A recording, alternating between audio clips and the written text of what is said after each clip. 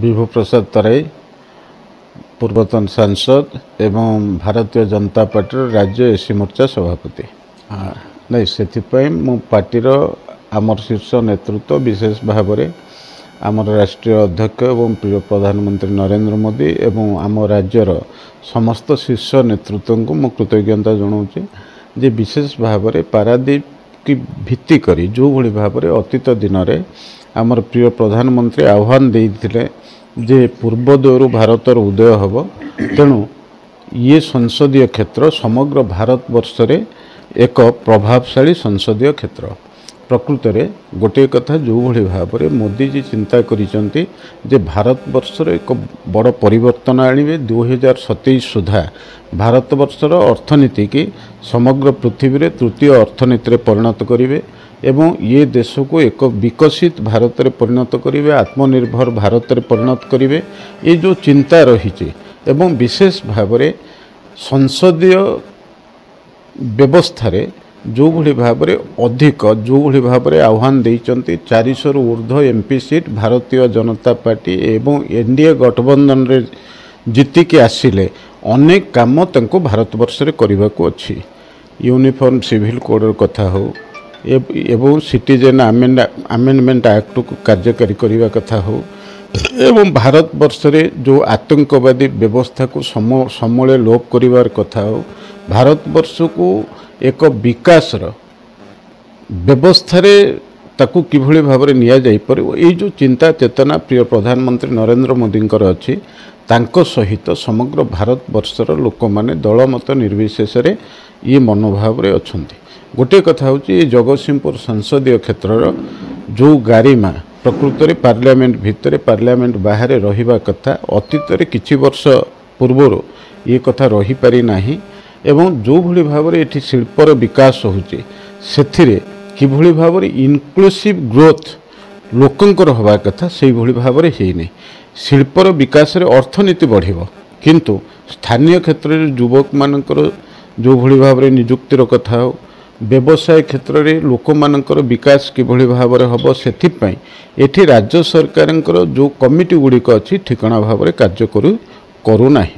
तेणु ये कथा को आमको गुरुत्व देवार आवश्यकता अच्छी। सागरमाला प्रोजेक्ट रे जो भली भाव में संसदीय क्षेत्र काकटपुर बालिकुदा ठू आरंभ करी पारादीप पर्यंत जो विकास हो पारि था राज्य सरकार उदासीनता कारण ताहाजी कार्यकारी होनी ताकू करिया को हबो। ता सहित एरसमा बालिकुदा कुजंग अंचल रे उत्कट पानी समस्या रो समाधान एपर्यंत होनी केंद्र सरकार जल जीवन मिशन रे कोटी कोटी टंका आसीथिले मध्य एपर्यंत तार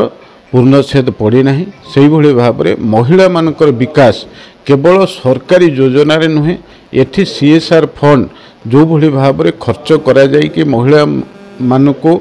उद्योगी रे परिणत करा जाई परिबो महिला मानको स्वावलंबी करा जाई परिबो ये कथा ठीक भाव में करा जाई पारि नाही।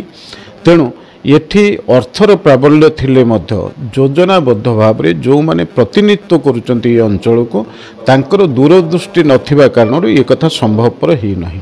2009 ठू 14 ठू मु एमपी भाव में निर्वाचित होकर जाइथिली एठी समग्र भारत वर्षर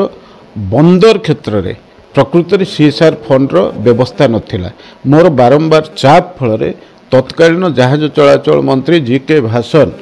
ये कथाटा को कैबिनेट रे पास करके सीएसआर फंड रे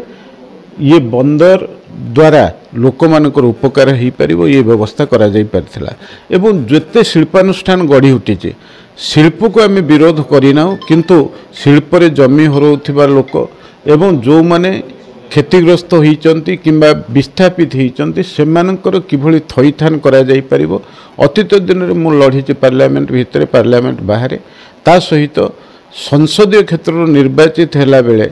प्रकृत में एठी संसदीय क्षेत्र गारिमा किभली भाव में बढ़िबो ये कथा को मु निश्चित भाव में गुरुत्व देइचे एवं आज जेतेबेले प्रधानमंत्री नरेंद्र मोदी मो उपरे एक आस्था प्रकट करिचंती मते माध्यम करिचंती पूर्वोदय भारतर उदय हैला बेले ये संसदीय क्षेत्र जो गुरु दायित्व रही गारिमा रखिया को अच्छी से मु एक माध्यम भाव में एवं से अनुसार मु कार्य करिबार जो नैतिक दायित्व एवं कर्तव्य मोर अच्छी मुझे निश्चित भाव में सफल भाव में ତୁଲେଇବି ବୋଲି ମୋର ଦୃଢ଼ ବିଶ୍ୱାସ ଅଛି ଏବଂ ये संसदीय क्षेत्र भोटर भाई भौणी माने अंतेवासी मुरई माने महिला माँ माने से माने समस्ते आस्था प्रकट करेंगे दलीय चिंताटू ऊर्ध्वे रहीकि किभली भाव में ये संसदीय क्षेत्र में जड़े योग्य लोक को जदि आम निर्वाचित करके पठेबे ताहले मोदी हाथ मुठा टाण हवा सांगे भारत वर्षर जो अर्थनैतिक व्यवस्था एक बड़ परिवर्तन हो एवं आमर ये संसदीय क्षेत्र जो मौलिक समस्या गुड़िक रही तार समाधान दिगरे ये अकिंचन निश्चित भाव में कार्य लगिपर ये कथाटा लोक मान पाखे मु निवेदन करुच्ची ये कथाटा को ठिकणा भाव में गुरुत्व देकर आमर भोटर भाई भौणी माने भाविबे ये कथाटा से आपण मान जरिया मु निवेदन करुच्ची। सपक्ष विपक्ष ऊर्ध्वे G99 न्यूज।